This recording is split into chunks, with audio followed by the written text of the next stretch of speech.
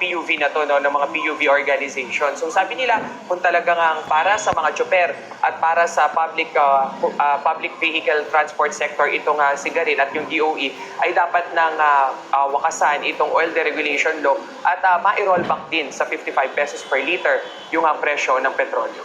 Jiggy. At Reynel, ngayong ikalawang araw na ng tigil pasada, napunan mo ba kung mas maraming tsuper ang lumahok at kumusta yung mga commuter?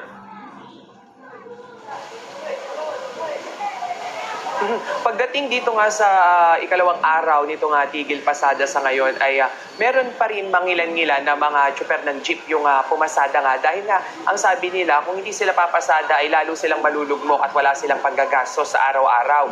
Yun namang yung ilang pang mga PUV no, na sector, hindi lamang dito sa jeepney, paging mga TNVS ay nakilahok na rin. Ang sabi nila, karamihan sa kanila ay nag-offline muna sa ngayon para nga makibahagi dito sa tigil pasada. Pakinggan natin yung hinaing ng mga TNVS driver at ng ilang pang mga tsuper na nakibahagi nga dito sa tigil pasada.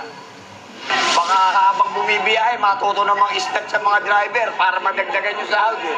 Pag hindi ako huminto na wala naman mangyari, wala kikitain, ikakamatay ko na talaga to. At may kasunod pa ba itong transport strike na ito? Jiggy, kanina ay kinumpirma nga sa atin ulit nitong piston at ng ilang grupo nga ng TNVS na magpapatuloy pa ito. No? I-extend nga raw nila to hanggang Mayo, yung una nilang pahayag. Pero ang nangyayari raw ay kung magtutuloy-tuloy pa nga yung pagsirit ng presyo ng petrolyo ay baka hindi lang hanggang Mayo yung mga tigil pasada at yung mga pagwewelga nila sa kalsada. Bukas nga, Jiggy, no, ayon sa mga industry expert, no, ay pwede pang tumaas ng 11 to 12 pesos per liter yung sa diesel at sa gasolina naman ay karagdagang 3 pesos kada litro. So pag nangyari nga yan ay posible lang umabot sa higit 140 pesos per liter itong presyuhan ng diesel, bagay na lalo pang kinapapangamba nga nitong mga tsuper. Jiggy. Yan ang ulat ni Reynel Pawid live mula sa Mandaluyong. Sumali rin sa tigil pasada mga tsuper sa iba't ibang probinsya sa Davao City. Pumirit ng taas pasahe mga transport group na nawagan din silang suspindihin ang buwis sa langis at ibasura ang oil deregulation law. Sa Cebu City naman, dinaan ng mga tsuper sa pagsayaw ang kanilang protesta. Pati ang mga dumarang motorista nakibusina na rin. Sunaan lang kita usahay, naiginan mo siguro og buwan. Ilabi na kay wag kita. Ubay-ubay na siguro ang mga driver nga na mahuway. Usan ako. Ako siguro mga buwan, sa buwan ako siguro nga na buwan. Kay sa umna na to nga. Sud na kayo sa nga tanan karong panahon na manamong yamo mo nga untay paubos na ang gasolina. Dili sad mi ko ano hindi na mag-strike mo na among giyang yung nga ipusos na itong gasolina. Ang mami, wa mi kaon kung pahuway. Samantala, nagdeklara ng state of calamity ang probinsya ng Sorsogon para mabigyan ng ayuda ang mga tsuper gamit ang kanilang calamity fund. Mamimigay rin ng ayuda ang DSWD sa mga provincial drivers sa buong bansa pagkatapos ng Semana Santa. Susunod, pagkuha ng supply ng langis, bakit nga ba pahirapan? Huwag kayong bibitiw, dapat una sa lahat.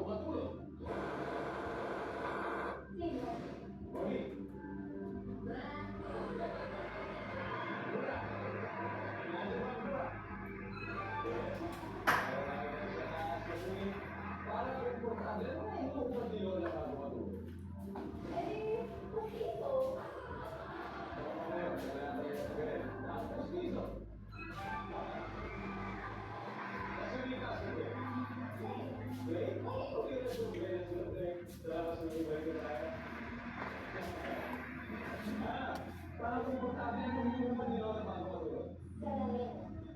Salamin.